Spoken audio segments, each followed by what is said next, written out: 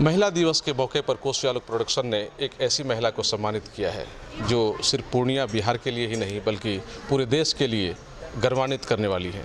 हमारे साथ मौजूद हैं रोशनी परवीन जी और ये बताएंगी कि अपने अपने क्षेत्र में अभी तक किस मुकाम को इन्होंने हासिल किया है और तब आपको भी लगेगा कि कोसी आलोक प्रोडक्शन ने किन को सम्मानित किया है। मैम, सबसे पहले आपसे जानना चाहते हैं कि कोसी आलोक प्रोडक्शन ने आपका सिलेक्शन किया सम्मान के लिए और आज सम्मानित आप हुई हैं।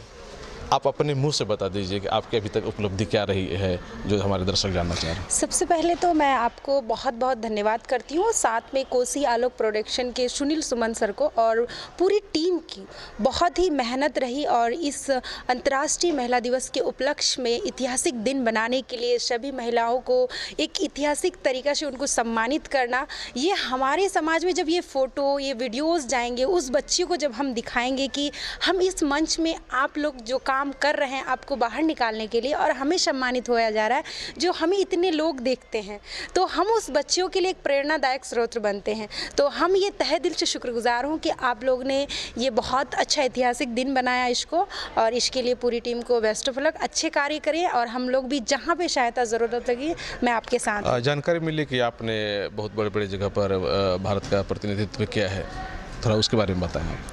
जी, अभी मैं अंतर्राष्ट्रीय विश्व युवा सम्मेलन में सम्मानित हुई, भारत का प्रतिनिधित्व करने वाली पहली भारतीय महिला रही हूँ। मेरा नाम रोशनी परवीन है और मैं सामाजिक क्षेत्र में कार्य करती हूँ जिसमें मैं बाल विवाह के खिलाफ अभियान चलाती हूँ और साथ में जो महिलाओं का घरेलू हिंसा अदर कोई भी समस्या हो सामाजिक रिलेटेड, मैं सब पे बढ़ चढ़ के हिस्सा ले रही हूँ ताकि हमारी जो समाज में जो सीमांचल बेल्ट में बाल विवाह हो रहे हैं उसको कैसे मुक्त कर सकते हैं, ताकि क्योंकि 12 साल की एज में बच्चियों का शादी हो जाना ये बहुत डिफ़िकल्ट है, उनकी लाइफ है। क्योंकि मैं भी अभी एक सिंगल मदर हूँ, तो बहुत सारी हादसाएं दर्द जो मैं खुद गुजर चुकी हूँ, तो मुझे लगता है और उसी के ख़िलाफ़ मैं आवाज़ उठा रही हूँ और मुझे इस मंच मिला। और जब मैं भारत से बाहर गई विदेश, और जहाँ पे विश्व युवा सम्मेलन में पहली बार सम्मानित होने वाली, तो मुझे लग रहा था कि हम जो कार्य कर रहे हैं, हमारे सीमांचल में जो काम चल रहा है, जो हम भारत के लिए बाल विवाह मुक्त बनाना चाह रहे हैं, उसमें हम ये आशा भी करते हैं कि हमारे पीएम मोदी से सीएम से भी जो हम बड़े स्तर पर अपने कार्य को कर सकूं और रख सकूं। धन्यवाद। नहीं, थोड़ा सा और सवाल है मेरा आपसे, ये बताइए कि आखिर इस क्षेत्र में आपकी रुचि कैसे जगी कि इस क्षेत्र में हमको काम करना चाहिए?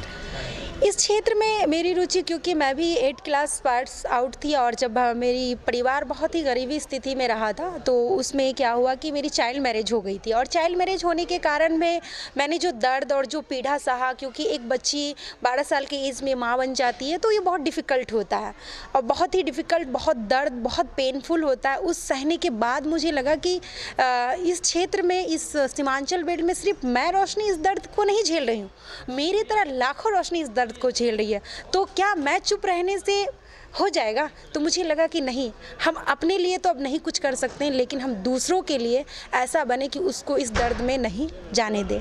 तो इसी से मैं प्रेरणा। आपका नाम भी रोशनी है और आप काम भी इस तरह से कर रही हैं, लग रहा है कि नहीं रोशनी आप उस क्षेत्र में जगाने का काम कर रही है जिस क्षेत्र के बारे में कहा जाता है कि वो काफ़ी दिनों से, मतलब बरसों से पिछड़ा हुआ है और कई सारी समस्याएं हैं। उस क्षेत्र में, बिहार के बाहर भी, खासतौर से महिलाओं में किस तरह की समस्याएं दिख रही हैं आपको? देखिए, बिहार के बाहर में बहुत अच्छी चहल पहल है महिलाओं में, महिलाएं आगे आ रही है, भाग ले रही है, यहाँ तक कि बिहार में भी जो सरकार स्कीम्स योजनाएं दे रहे हैं सब जुड़ रहे हैं। लेकिन जो निचले स्तर की पौधान है ना, जो सुदूर ग्रामीण के क्षेत्र की बच्चियां हैं, महिलाएं हैं, उन तक हम उनकी बातों को ऊपर कैसे लाएं, हम ये प्रयास कर रहे हैं कि उन बच्चियों को, उन महिलाओं को लाने की आवश्यकता। अब मैं इस स्थिति, इस हालात पे आ चुकी हूँ कि मैं अपने आप को पहचान चुकी, हमारी अधिकार क्या है। अब हमको उनको पहचानना है कि उनके अधिकार और उनकी पहचान क्या है। तो ये बहुत बड़ी उपलब्धि है हमारी भारत के लिए भी और हमारे बिहार के लिए भी, हमारे सीमांचल बेल्ट के लिए भी। हम लोग पूरी प्रयास कर रहे हैं और साथ में कोसी आलोक। जी मैम, ये कहना चाह रहे हैं कि सीमांचल क्षेत्र से एक रोशनी है जो रोशनी का दीप लेकर के आगे बढ़ी है।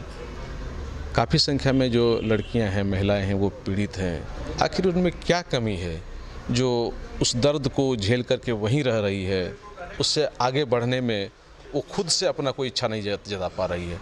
आपकी मदद से हो सकता है कि वो आगे बढ़ जाएं, लेकिन उसका खुद का एक जो आत्मबल है वो मजबूत नहीं दिख रहा है। हाँ, ये बहुत बड़ी बात है कि वो खुद को नहीं पहचानती है। अगर वो जिस दिन खुद को पहचान जाएगी ना, तो उस दर्द और उस पीड़ा को सह कर वो वहीं नहीं रहेगी। वो इतना कुछ कर सकती है, जैसे हम ये मानते हैं कि हम एक महिला है तो हमारे पीछे भी एक पुरुष का हाथ है जो ऊपर पहुंचाते हैं, हमको उस लेवल तक उस रिस्पेक्ट देते हैं, जैसे इस तरह के मंच देते हैं। तो हम ये मानते हैं कि पुरुष प्रधान देश है, लेकिन महिलाओं को अपनी आवाज़ को, अपने अधिकार को, अपने आप को पहचानना बहुत बड़ी ज़रूरी, बहुत ही महत्वपूर्ण है कि हम अपने आप को पहचानें, खुद को पहचानें कि हम क्या हैं। अगर वो उस चीज़ के लिए आवाज़ उठाएगी तो वो उस दर्द और पेन से निकल सकती है। और साथ में मैं उसकी बहन रोशनी परवीन उसके साथ हूँ। उसको कानूनी सुविधा की कहीं आवश्यकता है तो वो हमें बताएं, वो हमसे संपर्क कर सकती है, या उनको परामर्श की ज़रूरत है। मान लीजिए कि किसी महिलाओं या किसी बच्चियों को पढ़ाई में दिक्कत आ रही है, तो वो मान लीजिए कि बहुत सारी बच्चियाँ ऐसा होती है कि अभी जो सीमांचल में एक मोबाइल जो बहुत बड़ी बात है कि लड़कियाँ उसमें भी अट्रैक्शन मोड में जा रही है, 12 साल 13 साल के मोड में। तो उनको परामर्श करके निकालना कि हमारे लिए बेहतर क्या है, हम क्या कर सकते हैं, हम अपने आप को क्यों नहीं पहचानते हैं, तो उसके लिए भी मैं परामर्श के लिए तैयार हूँ। कहीं पे भी कोई बच्ची को मेरी आवश्यकता पड़े तो आप बताएं, मैं आऊँगी और आपको उस दर्द से ज़रूर निकालने की प्रयास करूँगी। अच्छा, निश्चित रूप में आप जो काम कर रही हैं उस क्षेत्र के लिए तो एक मिसाल कायम होगा ही, और हमको लगता है कि पूरे देश के लिए, पूरे बिहार के लिए एक मिसाल कायम होगा जो वो दिन जब उस क्षेत्र की महिलाएं जिन समस्याओं को लेकर के आप चल रही हैं वो दूर हो जाएंगी या फिर बहुत कम हो जाएंगी। आपको लग रहा है कि अभी तक आपने जितना काम किया है उसमें कितना प्रतिशत आपको सफलता मिली है? क्योंकि अभी मुझे लगता है कि मैं 10% कर पाई हूँ, इसलिए जब मैं हमारे पूरे सीमांचल, सिर्फ सीमांचल को मैं एक बाल विवाह मुक्त बना दूंगी, महिलाओं को सशक्त बना दूंगी, तब मुझे लगेगा कि हम सफल हैं। लेकिन हम सफल के लिए आपके साथ, आपकी सहयोग हमें चाहिए।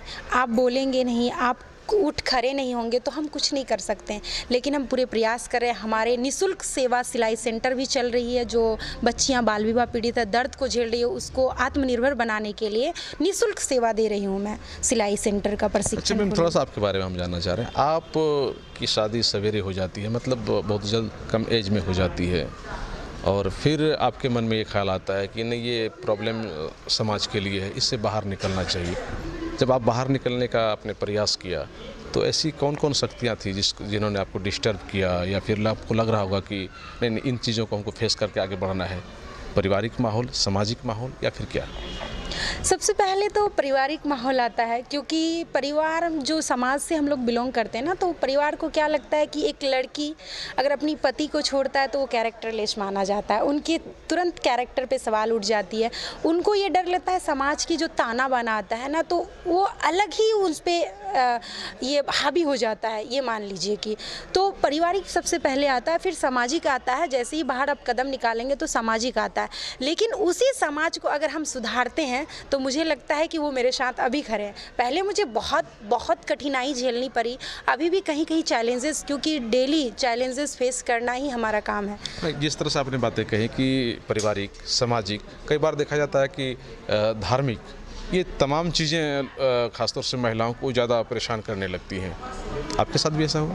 हाँ, बिल्कुल होता है जेन्युइनली कि धार्मिक को लेकर, क्योंकि मैं कभी कभी महादलित, कभी कभी क्या खास करके महादलित टोलाओं में जाके बैठना बच्चियों को, क्योंकि महादलित टोला आज भी बहुत पीछे है, तो वहाँ जाके बैठना, उनके साथ खाना, तो लोगों कहते हैं आदिवासी के साथ बैठते हैं, इसके साथ तो खाना नहीं चाहिए, ये मुस्लिम कहलाने के नहीं है। तो ये जिस तरह का आवाज़ आते हैं सुनती कान में। लेकिन मैं ये अपने आप को मानती हूँ, मैं एक इंसान हूँ, मेरा कोई धर्म नहीं है। और हम मान लिए कि मुस्लिम से हैं, अपने धर्म को हम जिस तरह मानने का वो मानेंगे, वो मानते भी हूँ। और ये है कि हम सिर्फ एक इंसान के रूप में जिस परंपरा में जाते हैं उसमें ढलने की पूरी प्रयास करती हूँ कि मैं उनके तरह लगूँ। उनको ये नहीं दिखूँ कि मेरे में एटीट्यूड है या मैं आपके बराबर नहीं हूँ। मैं उनके साथ बैठ के खा सकती हूँ, मुझे कोई प्रॉब्लम नहीं। मैं खुश महसूस करती हूँ उस पल को कि उनके साथ बैठ के मैं। अच्छा मैम, ये थोड़ा, चूँकि आप बहुत गंभीरता से बात कर लेती हैं, तो इसलिए आपसे मेरा सवाल बनता है कि जिस तरह से कहा जाता है कि ठीक है तुम मुस्लिम हो, ये वो है, ये क्या होता है मुस्लिम? आपकी नज़र में हम जानना चाहते हैं। मेरी नज़र में कि ऐसा कोई नहीं है कि मुस्लिम हो तुम, एक ऐसी लड़की कैसे बाहर निकल सकती हो। मतलब क्या ये मुस्लिम शब्द क्या है? अगर मेरे को नहीं पता है तो आप कैसे समझाएंगी? देखिए, हमारा जो अल्लाह या खुदा या भगवान जो भी है, हम जो मानते हैं, क्योंकि हम धरती पे आए हैं तो हमारा एक अलग धार्मिक स्थिति है और उसको हम पर्दे में रखे और पर्दे में रख के करते हैं। तो हम ये मुस्लिम ये नहीं मानते कि आप मुस्लिम आप हिंदू हैं, बस हम एक इंसान हैं और इसी में मैं कार्य कर रही हूँ, यही मेरे लिए है। तो इससे कई बार तो लोग ये कहता है कि ठीक है मुस्लिम धर्म में ऐसे खुले बुर्का पहन के जाना चाहिए, तो लगता है कि ये सब चीज़ जायज़ है?